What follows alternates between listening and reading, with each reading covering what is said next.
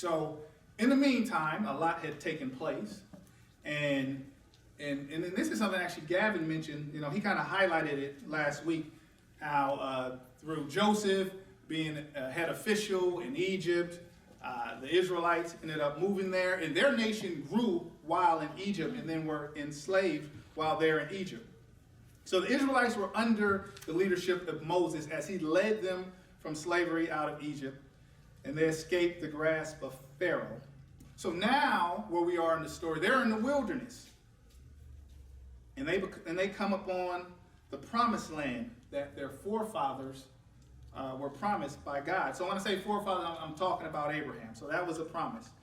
And so as they approached to acquire this promised land, God gave them a commandment. He told them, okay, here's what I want you guys to do. I want you to pick out some scouts and you go survey the area.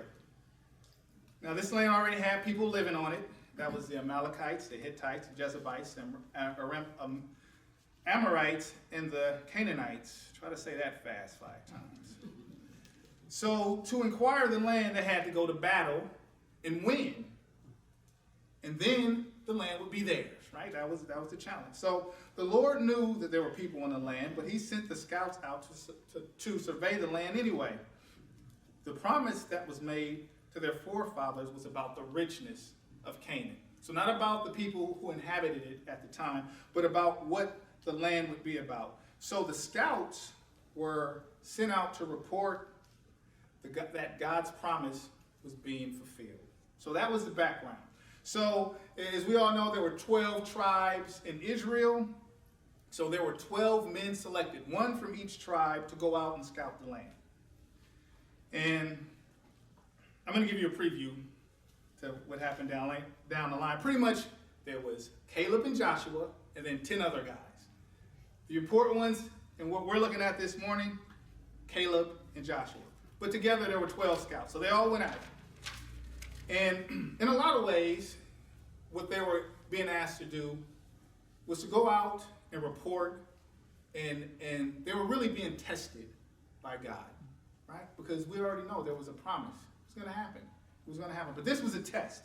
And very similar to a test that we might have to deal with today. And I'm not talking about the test that you need to Scantrons and a number 2 pencil for. No. This was a kind of test that tests who we are on the inside. And usually with every test, there's an opportunity, right? There's a challenge or a conflict. There's our internal process. And then and that helps us come to the decision that we want to make about the opportunity. And that's kind of what I had to go through this week. And, you know, the opportunity is the chance to make a difference in our current situation, right? And it could be anything. It can be a job. It can be ending a relationship. It can be starting a new relationship. For the young people, some of the young people we have here at this congregation, they're graduating high school and looking at colleges. So it can be that decision. But whatever it is, that's the opportunity. The conflict is the risk you have to take to achieve this opportunity. Our internal process then is, we kind of weigh out the risk versus the reward. And then finally, once our minds are made up, we decide if the opportunity is or is not worth the risk. So as we pick up the story in verse 26 and 27, pay attention to the perspective of the scouts as they went out. So verse 26 says, so they came back to Moses and Aaron and the whole Israelite community at Kadesh in the desert of Paran. Then they reported to them and said to the whole assembly and showed them the fruit of the land. They gave Moses this account. We went to the land to which you sent us, and it does flow with milk and honey, and here is its fruit. So in verse 26, 27, it kind of talks about the fertility of the land. It's something that was undeniable. In verse 23, just a couple of verses up, it actually talks about the specifics of the fruit that they saw on the land and how big the clusters of grape that they had to carry. And it took so big that it took 2 men to carry these huge grapevines and the pomegranates and the figs. And really, this is physical confirmation of what God's promise was way back to Abraham. And at the end of the verse, The scouts even say, verbatim, it does flow with milk and honey. And that's the statement that confirms that he saw and they saw what God promised their forefathers. But let's take a pause. I want to really look at not just that verse, but everything in totality. Because it's really a significant statement when they say, yeah, this is the land of milk and honey. Because the Israelites were slaves to the Egyptians. And Moses, when they were in Egypt, Moses confronted Pharaoh and told him, let my people go. Pharaoh disagreed. Remember, Pharaoh disagreed at first. But after 10 plagues and the death of every firstborn son in Egypt, he reconsidered. That made him reconsider. And he decided to let him go. So after leaving, the Egyptians pursued him. And what did God do? He opened up the Red Sea, and all the Israelites made it through safely to dry land. And then what happened? It closed up on all the Egyptians. But if that wasn't enough evidence of God and his presence in his life, when they went into the desert, they had manna, food from the sky. That was mentioned earlier, right? Carl mentioned that. Food from the sky every day, taken care of. So, you think about all of that, and you hear that this, and you go and you see that promise that God has made. This is the land of milk and honey. You're like, wow, this is it. We actually made it. This is what we were promised for years. We've made it. They got a glimpse of what the payoff would really be. Canaan. And remember all the miraculous events in which they were really just steps into the process, because this was the promise. Canaan was where they were supposed to be from the beginning. So putting that into perspective for not just them, but also for individuals who may be going through something, and even our congregation here collectively. As an individual, you may be in a crossroad right now. You may be in a situation where you have to make a decision. And I don't know what the decision is that you have to make. But there's always an opportunity, and that opportunity is for change. And, I don't know what that opportunity is, but I'm assuming it could be the chance of something great. It can be deliverance out of a bad situation. It could be financial freedom. It could be closing of one chapter of your life and onto a bright new future. I mean, the point is, when we think of opportunities, the possibilities could be endless. Now, collectively, as a congregation, we're at that place as well. I don't know if you realize that, but if we really, really pay close attention, that's kind of where we are. Think about it. We're growing, right? Expanding leadership, have a lot of young families, expanding the work that we're doing in the community and even abroad.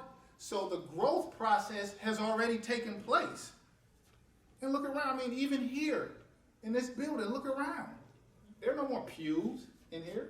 We got chairs now. No more overhead projectors. No, we have huge flat screen TVs. The process has already started. Growth and change, that is our opportunity.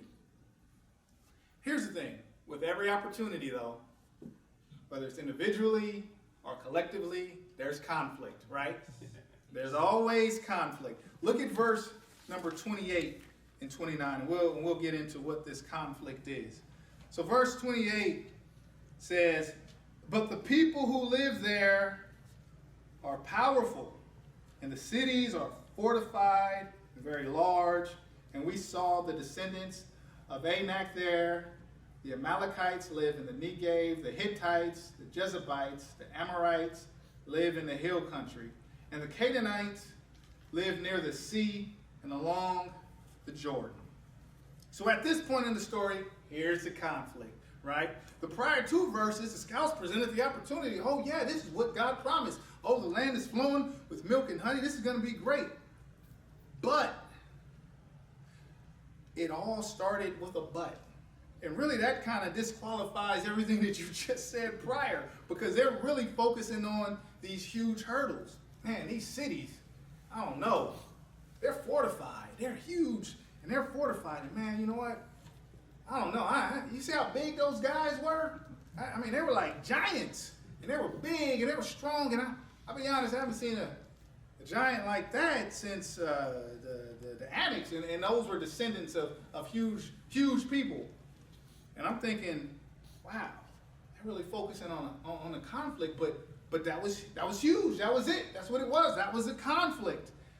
And really, 10 out of the 12 scouts really focused on that. And that's what the Israelites were going to be facing. Okay? Yeah, we know what the opportunity is, but did you see how big those guys were?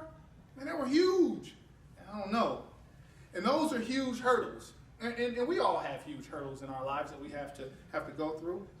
But what did that do? It started to produce a little bit of doubt, right?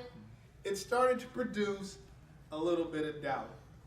And you look at verse 29 in detail and why that doubt existed. They focused on how big and how many people were there. And hey, you know, we're just one tribe, and you know, we just left Egypt. And look, these people aren't just gonna roll over and just let us take their land. No. They want to fight. And here's the thing, I'm not gonna downplay or minimize those concerns, because those are real concerns, because there was gonna have to be bloodshed in order for them to take this land and get this land that was promised to them. The Israelites would have to go to war. And the men of and they were going to have to go to battle with these huge men who were descendants of giants. And they were like, you know what? I don't know. And that's where that doubt really started to creep in. And you got your opportunity, and now you got this conflict, and then you got the doubt. Now, in my humble opinion, you know, I don't think there's anything wrong with doubt in itself entirely. I don't think that's necessarily a bad thing. I will even go as far as to say that, you know, it could help us in our spiritual journey. And let me explain why I'm saying that. You know, when you really look at what doubt is, it's a feeling or a thought process that I may not be able to complete this venture, and this may not be within my ability. And really, that's the realization of one's limitations. And again, I don't see a problem with that, especially if we could recognize what our limitations are, and then with that, allow God to work into our lives to accomplish His will, right? His will. And then give the glory to Him. I mean, pretty much that's what Christianity is all about. Recognizing where we stop and where God picks up and takes over. To me, doubt becomes a problem when we get so discouraged that we don't hand it over to God, right? That's when it starts to be a problem. And in essence, what we're saying is, you know what, God, you know, this one might be too big for you. And God, you may have made a mistake, because I don't think that I can do this. Let me tell you something. God don't make mistakes, okay? And that's across the board. With whatever is going on out in the world, God don't make mistakes. We do. We make mistakes. And one of the biggest mistakes that we make is we try to put God into a box of what He can and He can't do. Okay? That's our problem. And then what we do with that, and what that shows, especially shows the world, is our lack of faith demonstrates our small view of what God is. Right? Our small view. And then but see, that's how we start to process the decisions that we make from there. Oh, well, you know, I don't know if God's going to do that. You know, yeah, I don't know what He promised, but, you know, He can't do that. But that's our stuff. That's not God. That's us. And you know what? When the conflict becomes bigger than the opportunity, it's like, well, yeah, I know what the promise was, but you know, I don't think we're going to be able to do it. And then what happens to us? We don't get on board. We're not ready to move forward. And let me tell you this. When we live and we let fear rule the way we live our lives, we get comfortable with what's familiar, even when it's unhealthy. Right? Even when it's unhealthy. It's just what we know. And I would rather deal with these old problems and this old mess rather than to take the risk of trying something new. That's fear. And we can't live like that. We can't operate like that. But with that mindset, that's what happens. And you look at chapter 14, and this is getting a little ahead, but you look at chapter 14, and with that kind of mindset, and I believe that that's the mindset that these 10 scouts had. Because if you get a chance to read chapter 14, there were Israelites who would have rather go back to Egypt and be slaves than to move forward and take on Canaan. What? Really? You would rather go back? Even after everything that God brought you through, you would want to go back? Here's the thing. I think that can happen here. You know? Because we're people too. We can do the same kind of thing. It's funny because there may be some people who don't want growth and change. Okay? They may not want growth and change. It was funny because last week Gavin mentioned something that really stuck with me. It was funny, but he was right on. He was right on. He said some people, and I might butcher it, but I think he pretty much said some people want 2 songs and a prayer, 2 songs, communion, and a service, and a sermon, and that's it. That's all they want. And let me tell you this. The last time I drove up here and I looked at this sign, it didn't say Elk Grove Country Club. Because you get to choose what you want when it's a country club and you can join, and it's kind of that kind of membership. This is God's church, okay? This is God's church. And he dictates what growth and change is going to happen. Not us. No, we don't do that. Our job is to get on board or get left behind. So we don't dictate the change and things like that. God is saying, hey, we moving this train forward. You going to get on or not? Because it's going. And what are you going to do? But I'll get a little bit more of that later. Let's get to verse 30 as we get to a close of this lesson. So verse 30, that's where things kind of change and we see the presence of Caleb when we talk about the courage that he had. Now verse 30 says this. Then Caleb silenced the people before Moses and said, we should go up and take possession of the land, for we can certainly do it. Wait a minute, Caleb, you saw those big people. You know, the only thing I can reference people these days big as that is probably Shaquille O'Neal. I mean, I couldn't imagine a whole group of Shaquille O'Neals and you got to go to battle with them. And he was like, nah, we can still do it. I know we can. We got God on our side. So Caleb made this statement, and this is also the position of Joshua, okay? So in making this statement, what he did was he drew a line in the sand, and he separated himself and Joshua from the other 2, or from the other 10. And here's what's interesting. Okay, here's what's interesting. All 12 scouts went out, saw the same place, right? They saw the same thing. But when it came down to interpreting what they saw, that's where the division was. 10 scouts saw obstacles too huge to overcome. So huge that they reported, you know what, we ain't going to go to battle. It's going to be a loss. It's a wrap. We're not going to do it. Not going to do it. The other 2, Caleb and Joshua, saw the glimpse of a promise that God gave, right? But not only that, I think it was more than that, though. Because remember, they were in Egypt. And they remember how God got them from Egypt and parted the Red Sea. And they were able to escape to safety. And manna from the heaven, God providing daily provisions. And all of that. And in the end, they get a glimpse of the promise. Because it wasn't about the escape. It was about the destiny. Right? And then they were there. To Canaan's land, I'm on my way. Oh yeah, we got this. That's what they were saying. Oh yeah, we got this. We can do this.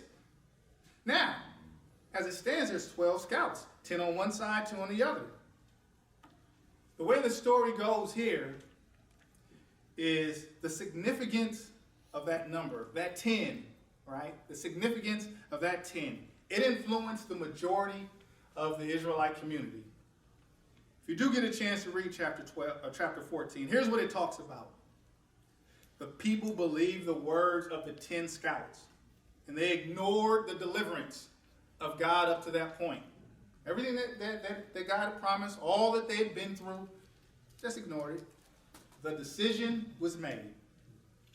And it's interesting how some would prefer, again, to me, it's interesting. Some would have preferred to return to Egypt as slaves rather than to fight for freedom and acquire the land that God has promised.